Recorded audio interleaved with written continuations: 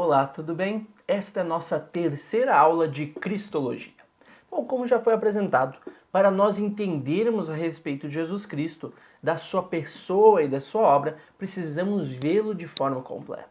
E para vermos ele de forma completa, precisamos entender o seu ministério, tanto no seu contexto, com os vários grupos judaicos, mas também naquilo que Jesus pregou e anunciou. E de fato, quando nós olhamos a pregação de Jesus, nós vemos características muito interessantes que podem inclusive nos surpreender. Jesus Cristo, na sua pregação, tinha como elemento central, elemento principal, não a si mesmo, mas aquilo que ele chamava de o reino de Deus. Esta expressão que aparece nos evangelhos, e principalmente nos evangelhos sinóticos, Mateus, Marcos e Lucas, ela é muito recorrente. A expressão em grego basileia tou theou, o reino de Deus, aparece muitas vezes na boca de Jesus. É de fato o elemento central, é o que Jesus anuncia de forma mais recorrente. Assim, Jesus fala deste reino de Deus não somente nas suas pregações diretas, mas também com figuras de linguagem através das suas parábolas. De fato, através de suas parábolas, Jesus compara o reino de Deus a muitas coisas que são da realidade próxima daqueles que o ouviam. De fato, aqueles que escutavam Jesus muitas vezes eram pessoas simples, pessoas do campo, pescadores. E por isso o reino de Deus é comparado a coisas bastante fáceis de nós compreendermos, como o germinar de uma semente, o plantar sementes em um campo, ou inclusive uma árvore, ou um tesouro a ser descoberto. O reino de Deus é comparado a muitas coisas, a fim de ser compreendido pelas pessoas simples. E esta compreensão se dá principalmente através das parábolas de Jesus Cristo. Mas o próprio falar por parábolas já mostra que Jesus é alguém diferente. Falando por parábolas, ele se aproxima da profecia de Jeremias, que anunciava a fala por parábolas, para que aqueles que não deveriam entender, não compreendessem, e aqueles que deveriam compreender as palavras do Messias, a entendessem.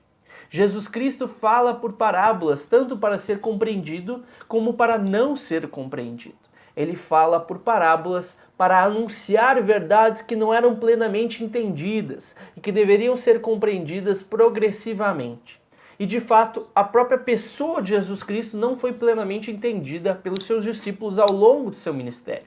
Nós vemos várias vezes Jesus tendo que repreender os seus discípulos, inclusive os discípulos mais próximos, seus apóstolos, por não compreender aquilo que ele falava.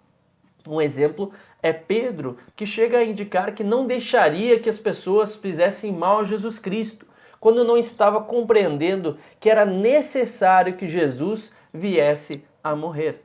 Jesus tinha um propósito, portanto, que não era plenamente entendido e foi revelado aos poucos e principalmente para as pessoas mais próximas a ele, que eram seus 12 apóstolos.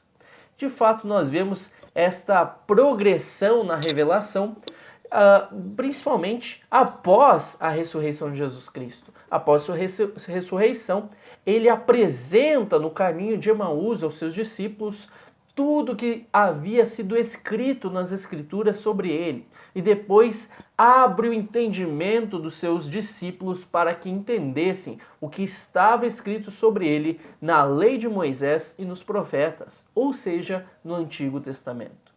Há um processo de compreensão, tanto dos discípulos como também por parte de nós. Podemos, claro, conhecer a história de forma completa, mas precisamos entender plenamente ao longo desse processo quem é Jesus Cristo e como ele se apresenta. E também, claro, a sua função. Afinal, quando nós vemos a pregação de Jesus do reino de Deus, podemos achar que ele não pretendia falar de si mesmo. Mas ele é a plena realização do reino de Deus. Ele é o precursor do reino de Deus. Quando ele apresenta no Evangelho de Lucas, e ele diz: se faço essas obras pelo dedo de Deus, já é chegado o reino de Deus. O reino de Deus é, portanto, uma realidade futura anunciada por Jesus, mas é também uma realidade presente, já iniciada por ele. E este reino de Deus deve ser compreendido de uma forma específica. Apesar da expressão reino de Deus nos dar a impressão de que é um espaço no qual Deus domina, o mais correto seria nós pensarmos no reinado de Deus. De fato, Malkut Yavé no hebraico, que é a expressão própria para o reino de Deus no Antigo Testamento, e Basileia Tuteu, a expressão grega no Novo Testamento, tem esse sentido de reinado. Não é um espaço, não é um reino, mas é um reinado, é um poder que Deus exerce na vida humana. O reino de Deus, portanto, deve ser entendido como reinado, como um poder soberano de Deus como rei das nossas vidas. É, portanto, a submissão, a entrega, a decisão por Deus que deve ser feita por todos os seres humanos individualmente.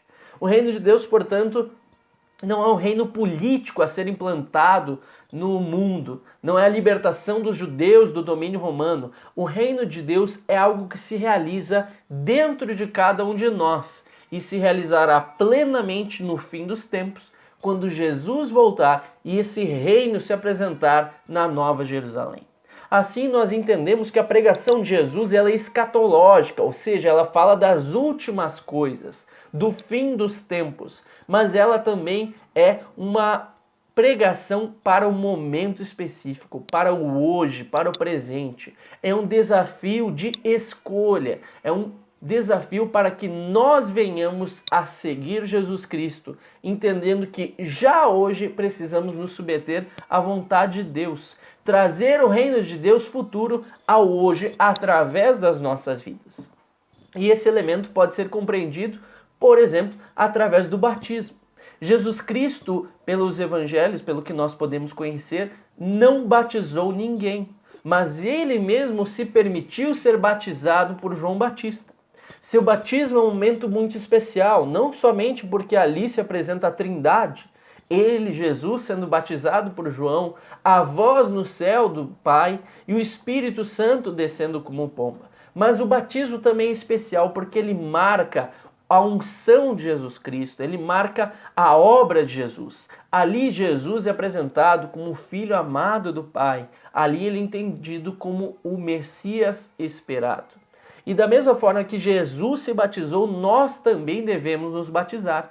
Após sua ressurreição, na sua grande comissão, Jesus ordena aos seus discípulos que batizem em nome do Pai, do Filho e do Espírito Santo. Afinal, através do batismo, os novos cristãos podem simbolicamente expressar sua morte para si mesmo e a nova vida em Jesus Cristo. É como uma coparticipação na morte redentora de Jesus. É um aceitar a obra redentora de Jesus nas nossas vidas, entendendo que agora devemos viver na submissão à vontade de Deus. Deste modo, compreendemos como, mesmo que de forma progressiva, a pregação de Jesus no seu ministério já estava relacionado à sua obra, que seria compreendida posteriormente pelos seus discípulos. Jesus anunciava, Jesus através da ceia anunciou, demonstrou que morreria. Os discípulos demoraram a entender, mas depois compreenderam a integralidade da obra de Jesus. Alguém que veio, anunciou o reino de Deus, iniciou o reino de Deus e abriu para que nós pudéssemos participar hoje deste reino e futuramente este reino venha se manifestar no Nova Jerusalém, da qual participaremos. Um grande abraço e até a próxima aula.